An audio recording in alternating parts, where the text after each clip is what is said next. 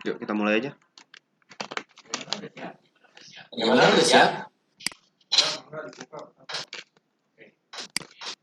Assalamualaikum warahmatullahi wabarakatuh.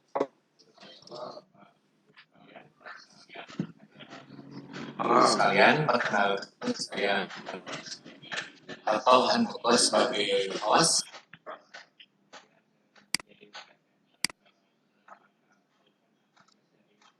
Center adalah kesempatan di Fakultas Pendidikan dan tidak bisa jadi secara open. Dalam kesempatan ini kita akan membahas mengenai artificial intelligence, sejarah dan pemanfaatannya.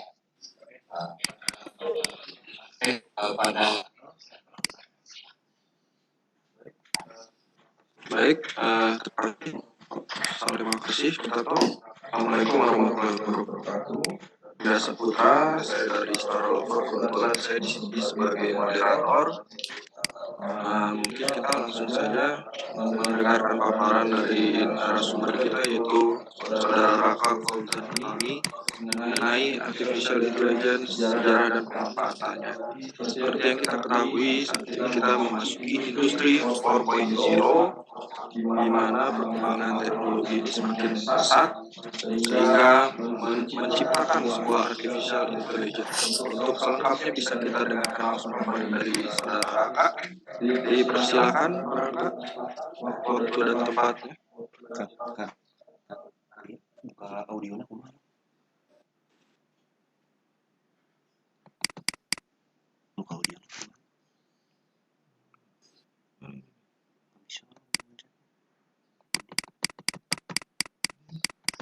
Oh, di sini.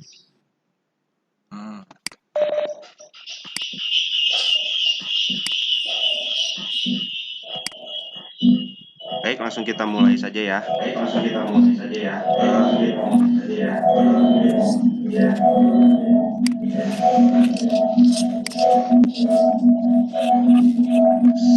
Sebentar, masih ada trouble.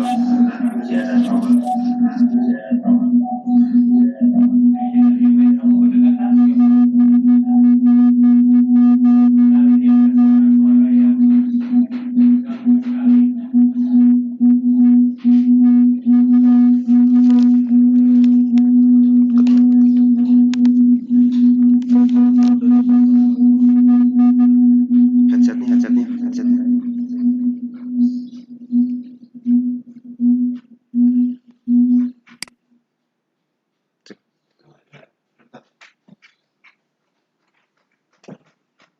Gimana host dan narasumber? Moderator?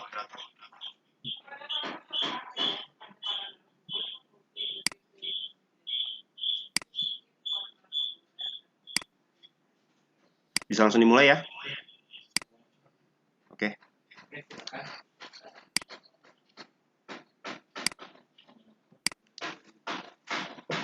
Ya, pada pembahasan kali ini saya akan membahas mengenai artificial intelligence, sejarah, dan pemanfaatannya. Apa sih artificial intelligence itu? Nah, sebelum itu kita harus mengetahui dulu sejarah terbentuknya artificial intelligence. Artificial intelligence ini telah memiliki sejarah yang sangat panjang, dimulai pada tahun 1950 di mana Alan Turing memperkenalkan Turing Test atau mesin yang cerdas dalam jurnal berjudul Computing Machinery and Intelligence. Lalu selanjutnya banyak para peneliti yang membuat konsep artificial intelligence, salah satunya John McCarthy. Diikuti juga adanya Deep Blue Computer, yakni Artificial Intelligence besutan IBM yang berhasil mengalahkan Grandmaster catur asal Rusia, Garry Kasparov. Di mana pada tahun ini sangat viral sekali ya, Artificial Intelligence yang bisa mengalahkan manusia.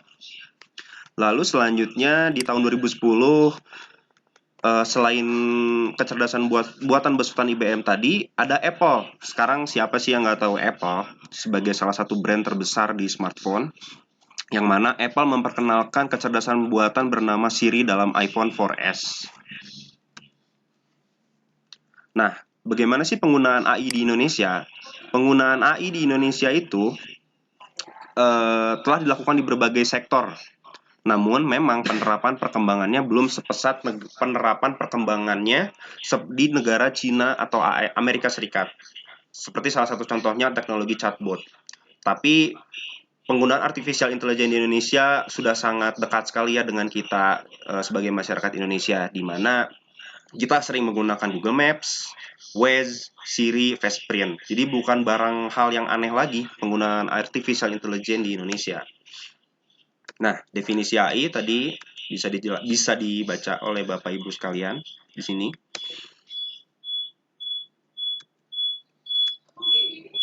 Nah, ada beberapa karakteristik dari artificial intelligence. Yang pertama, AI ini sebagai sistem yang berpikir seperti manusia. Ada AI yang bertindak seperti manusia, ada AI sebagai sistem yang berpikir rasional, dan AI sebagai sistem yang dapat berbuat secara rasional. Jadi, kita dapat menyimpulkan bahwa artificial intelligence adalah suatu program komputasi yang dapat membuat mesin bekerja layaknya kecerdasan manusia, seperti mengambil keputusan, memecahkan masalah, dan melakukan prediksi. Nah, ruang lingkup artificial intelligence di sini ada banyak ya. Yang pertama ada natural language processing, yang kedua ada computer vision, yang ketiga ada robotika, sistem navigasi dan game playing, dan yang terakhir ada sistem pakar. Ini beberapa manfaat dari penggunaan artificial intelligence. Yang pertama, mengurangi kesalahan dan peluang mencapai akurasi yang lebih tinggi. Karena artificial intelligence ini digunakan atau dibuat untuk meminimalisir kesalahan yang mungkin terjadi, sehingga pekerjaan yang dilakukan oleh manusia dapat efektif dan efisien. Lalu yang kedua ada aplikasi dan asisten digital. Yakni tadi telah saya jelaskan pada bagian awal, yakni memudahkan kegiatan manusia sehari-hari. Sebagai contoh tadi penggunaan Siri, Google Assistant, Google Maps, dan lain-lain. Lalu yang ketiga ada membantu pekerjaan berulang-ulang. Repeat job ini sifatnya monoton, yakni dapat dilakukan dengan bantuan artificial intelligence. Tidak dapat dipungkiri ya bahwa mesin saat ini berpikir lebih cepat dari manusia dan dapat digunakan untuk multitasking. Yang keempat adalah membantu mendiagnosa dalam tindakan medis. Nah, apalagi dalam masa pandemi COVID-19 seperti saat ini ya, penggunaan artificial intelligence ini menurut saya sangatlah penting untuk digunakan. Karena peran teknologi itu sangatlah jelas bahwa peran teknologi sangatlah dibutuhkan dan juga sangat dapat menyelamatkan lebih banyak jiwa. Contohnya digunakan dalam dunia medis saat ini adalah telemedicine. Udah bukan menjadi barang yang aneh ya kalau sekarang penggunaan artificial intelligence di dunia medis ini. Nah, tapi di balik kemudahan-kemudahan dalam penggunaan artificial intelligence, tentu terdapat banyak risiko ya. Yang pertama, AI itu dapat disalahgunakan oleh pihak yang tidak bertanggung jawab. Lalu yang kedua, ada masalah keamanan privasi dalam penggunaan AI. Dan yang ketiga, ada AI dapat mengancam keselamatan manusia. Nah, beberapa regulasi mengenai artificial intelligence. Artificial intelligence ini sudah banyak dikenal ya di berbagai negara. Nah, di Amerika teknologinya sudah semakin maju, sehingga dibutuhkan suatu regulasi untuk mengatur hal tersebut. Bisa dilihat di Amerika Serikat ada regulasi mengenai The Artificial Intelligence Initiative Act yang dibentuk dengan tujuan mempercepat penelitian dan pengembangan kecerdasan untuk keamanan ekonomi dan nasional di Amerika Serikat. Ada juga di Uni Eropa. Uni Eropa mengeluarkan Europe Union Guidelines on Ethics in Artificial Intelligence dan Ethics Guidelines for Trustworthy AI yang bertujuan untuk terciptanya kondisi penggunaan kecerdasan buatan yang aman bagi manusia. Lalu di Singapura mengeluarkan AI Governance Framework atau model kerangka tata kelola artificial intelligence, yang mana dia menitik beratkan pada keputusan yang dibuat oleh artificial intelligence ini harus dapat dijelaskan, transparan, dan adil. Dan sistem AI, robot, dan keputusan berbasis artificial intelligence ini harus berpusat pada manusia. Jadi di Singapura ini, artificial intelligence ini fungsinya bukan untuk menggantikan manusia, tetapi mendorong kegiatan manusia untuk melakukan kegiatannya agar segala sesuatunya berjalan dengan efektif dan efisien. Dan Singapura telah membentuk peraturan tersebut. Lalu yang terakhir, di Tiongkok ada peraturan mengenai Next Generation Artificial Intelligence Development Plan, yang mana menetapkan tujuan menjadikan Tiongkok atau Cina menjadi pemimpin dunia dalam artificial intelligence pada tahun 2030 mendatang. Ya, udah bukan barang aneh ya, di Cina sekarang banyak sekali smartphone yang kualitasnya juga tidak kalah bagusnya dibandingkan produk-produk dari negara-negara lain. Dan tidak heran juga bahwa Tiongkok memiliki tujuan untuk menjadi negara yang terdepan dalam artificial intelligence. Nah, bagaimana sih regulasi hukum mengenai artificial intelligence sendiri di Indonesia? Indonesia tuh belum ada pengaturan yang khusus mengenai artificial intelligence. Walaupun Indonesia telah memiliki Undang-Undang Nomor 19 Tahun 2016 yang menggantikan Undang-Undang Nomor 11 Tahun 2008 tentang informasi dan transaksi elektronik. Walaupun pada tahun lalu, pemerintah lewat BPPT saat ini sedang menyusun peta jalan atau roadmap strategi artificial intelligence nasional yang ditargetkan bisa rampung pada pertengahan tahun 2020 yang lalu. Namun hingga saat ini belum ada perkembangan lebih lanjut mengenai roadmap strategi AI nasional tersebut. Nah, berbicara mengenai artificial intelligence itu tidak dapat dilepaskan dari aspek hak kekayaan intelektual. Ada keterkaitannya, bisa dilihat bahwa menurut WIPO atau World Intellectual Property Organization menyatakan bahwa artificial intelligence merupakan bagian dari kekayaan intelektual dan keberadaannya berkaitan erat dengan paten karena termasuk dalam inovasi teknologi. Nah, perlindungan paten di beberapa negara sendiri ada di Uni Eropa, ada di Amerika Serikat, ada di Jepang, dan juga ada di Singapura. Nah, komparasinya, kalau di Uni Eropa ini, kita lihat bahwa ada invensi yang dipatenkan dan lain sebagainya. Di sini di paten di Amerika juga artificial intelligence juga sudah tercakup ya.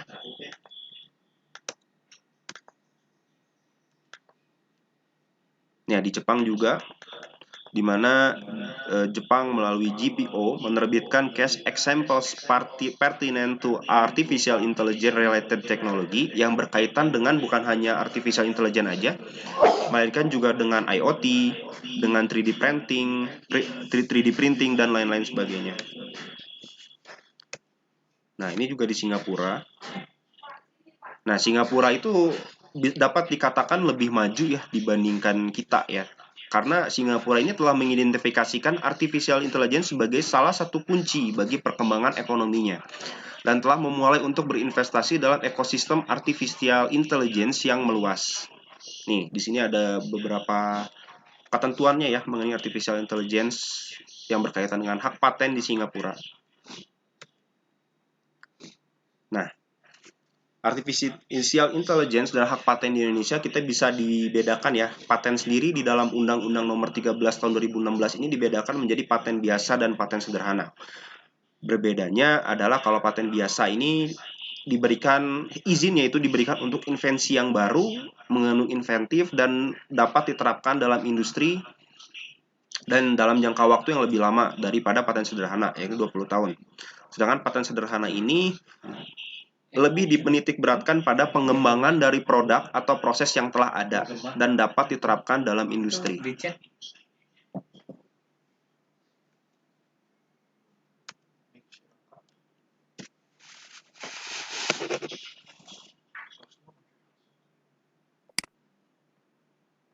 Apa jelas? Masih jelas nggak? Jelas. Lanjut ya. Nah, ini bisa dilihat di Undang-Undang Nomor 13 Tahun 2016 tentang paten sendiri ya. Nah, yang harus dipertanyakan adalah artificial intelligence ini termasuk paten biasa atau sederhana? Artificial intelligence merupakan invensi dalam bidang teknologi, baik berupa teknologi yang belum ada sebelumnya maupun invensi yang berupa pengembangan teknologi dari yang sebelumnya. Sehingga mengacu ke pasal 3 Undang-Undang Paten yang telah tadi saya lampirkan, maka artificial intelligence ini dapat berupa paten biasa, juga dapat menjadi paten sederhana. Nah, ini contoh pendaftaran hak paten artificial intelligence di Indonesia ya, bisa dilihat.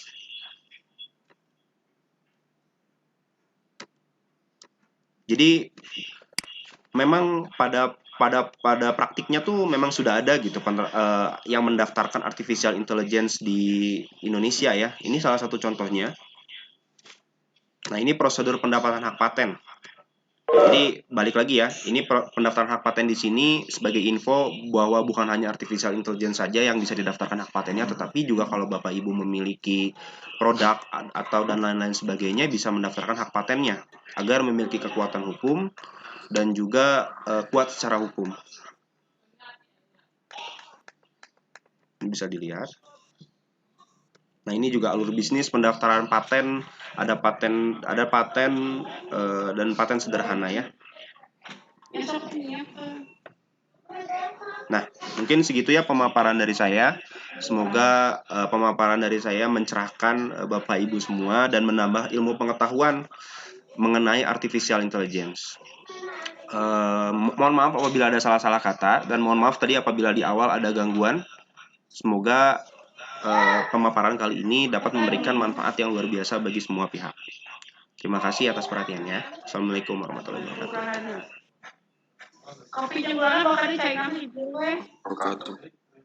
Baik, terima kasih Pak Raka. Selanjutnya kita langsung masuk ke sesi tanya jawab. Mangga Bapak Ibu sekalian yang ingin bertanya.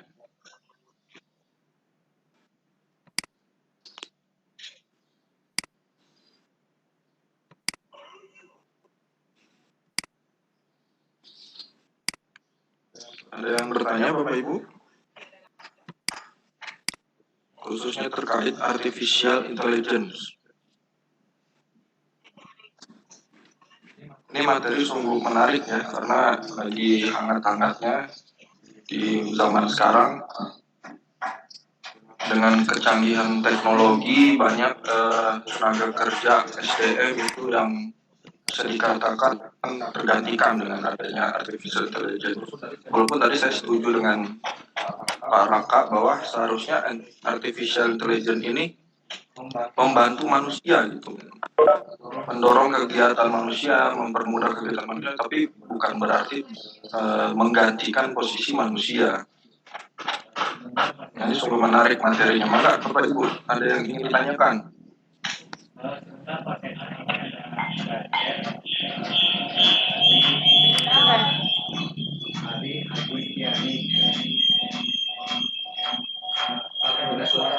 Ya, jelas Pak. Tadi ada pertanyaan ya? Suaranya nggak masuk. Halo? Suaranya tidak masuk.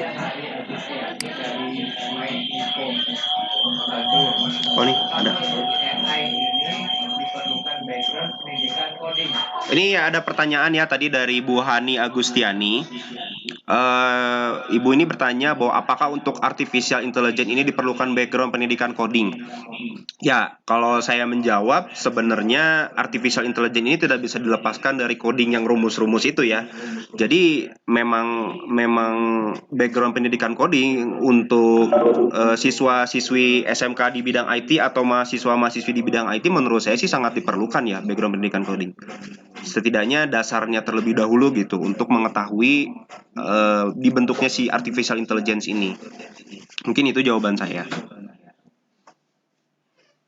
Terima kasih atas jawabannya Pak Raka. Bagaimana Bu Hani ya? Pak ada pertanyaan lagi atau sudah cukup? Terima kasih Pak. Oh ya, terima kasih Bu.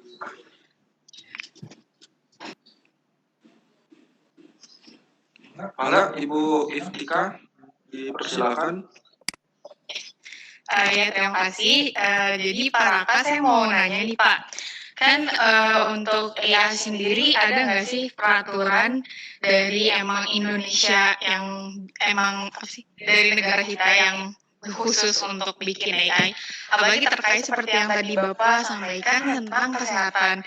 Kebetulan ya saya juga saya sempat menjadi mahasiswa teknik biomedis dan yang berurusan dengan AI seperti itu. Jadi untuk kan kalau di kesehatan kan sangat krusial sekali ya peranan, apalagi seperti dalam hal pembuatan keputusan terkait dengan seperti yang tadi Bapak sampaikan tentang diagnosis untuk penyakit pasien gitu ya. Jadi mungkin sekalian share juga mungkin ada peraturan dari Indonesia kah tentang AI untuk di bidang kesehatan. Terima kasih. Jadi pada prinsipnya kan tadi di PPT yang tadi telah saya lampirkan itu ada telemedicine. Jadi sebenarnya di dunia kesehatan di Indonesia, di dunia kesehatan itu kalau tidak salah ya di peraturannya itu memang ada pengaturan mengenai telemedicine di Indonesia. Jadi pada prinsipnya si penggunaan artificial intelligence ini regulasinya sudah ada, mungkin bisa dicek aja ya. Saya juga background saya juga bukan dari dunia hukum kesehatan, jadi tidak begitu mendalami Ibu Iftika. Tapi pada prinsipnya peraturan regulasi mengenai telemedicine itu ada di Indonesia. Nah, namun pada praktiknya apakah telah diterapkan atau tidak, nah itu dipertanyakan lebih lanjut. Tapi seharusnya dengan kemajuan teknologi yang ada saat ini ya, penggunaan artificial intelligence di dunia medis ini juga bukan hal yang aneh ya gitu, bukan hal yang aneh lagi gitu, memang harus dipergunakan untuk saat ini. Begitu juga dengan pandemi COVID-19 ini ya gitu. Walaupun memang tidak praktis di dunia medisnya gitu ya si artificial intelligence ini, tapi pemerintah melalui Kementerian Komunikasi dan Informatika ini telah membentuk aplikasi Peduli Lindungi. Mungkin pada pernah dengar ya semuanya aplikasi ini, di mana aplikasi ini bisa men-tracking di mana siapa aja sih para orang-orang yang telah terjangkit atau terkonfirmasi positif COVID gitu. Terus kita bisa ngecek zona merah di mana aja, apa segala macam. Itu sebenarnya contoh sederhana dari penggunaan artificial intelligence di dunia medis, walaupun tidak langsung bersinggungan dengan dunia medis, gitu. Jadi sebenarnya Bu Iftika pengaturan atau regulasinya tuh sudah ada ya, ada. Saya juga tidak mengetahui lebih lanjut, tapi penggunaan telemedicine di Indonesia itu ada. Mungkin ada lagi yang dipertanyakan Ibu? Terima kasih. Oke ya, sama-sama. Terima kasih jawabannya, arahan dan pertanyaannya dari Bu Tika. Apa ada lagi yang ingin bertanya? Kita masih ada waktu sekitar 10 menit nih. 10 menit lebih. Enggak?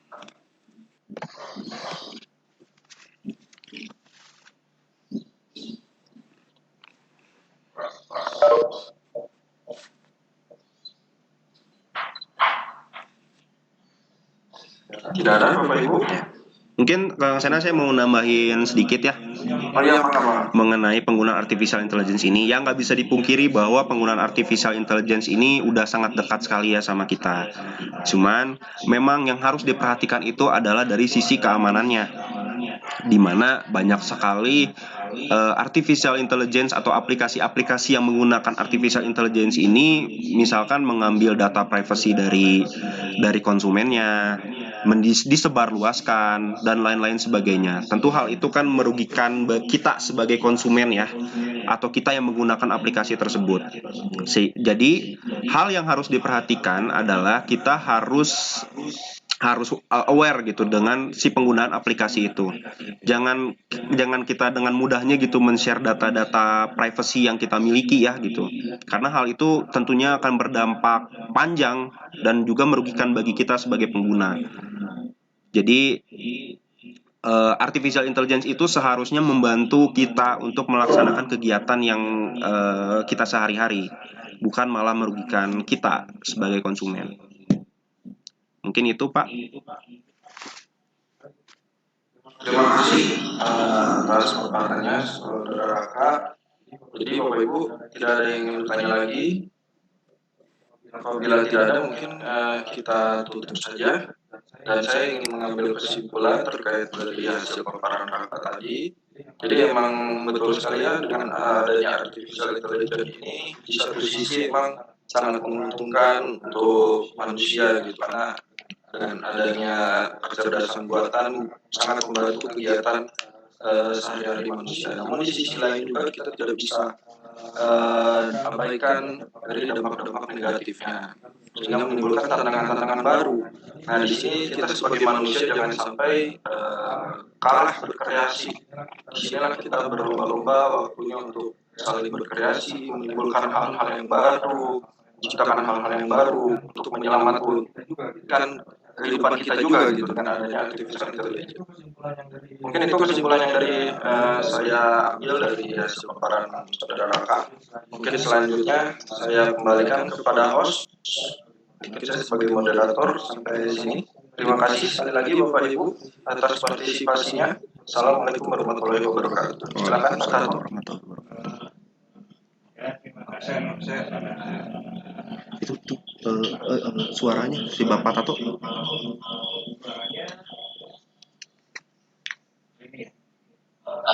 Oke, cek apa terdengar? Oke, terima kasih kepada saudara Raka telah menjelaskan tentang artificial intelligence, sejarah dan pemanfaatannya. Semoga apa yang telah dipaparkan oleh Bapak Raka tadi bisa bermanfaat untuk Bapak Ibu sekalian. Oke, dengan itu selesai sudah acara ini, maka sekarang saya tutup. Waalaikumsalam warahmatullahi wabarakatuh. Absen udah? Udah di-share. Udah ya, izin dulu buku. Ada. Kalau mana buku konten? Oh, udah Cang. Udah langsung ini aja. Halo Bu Iftika. Sudah ya? Ya, halo. Ya, sudah ya.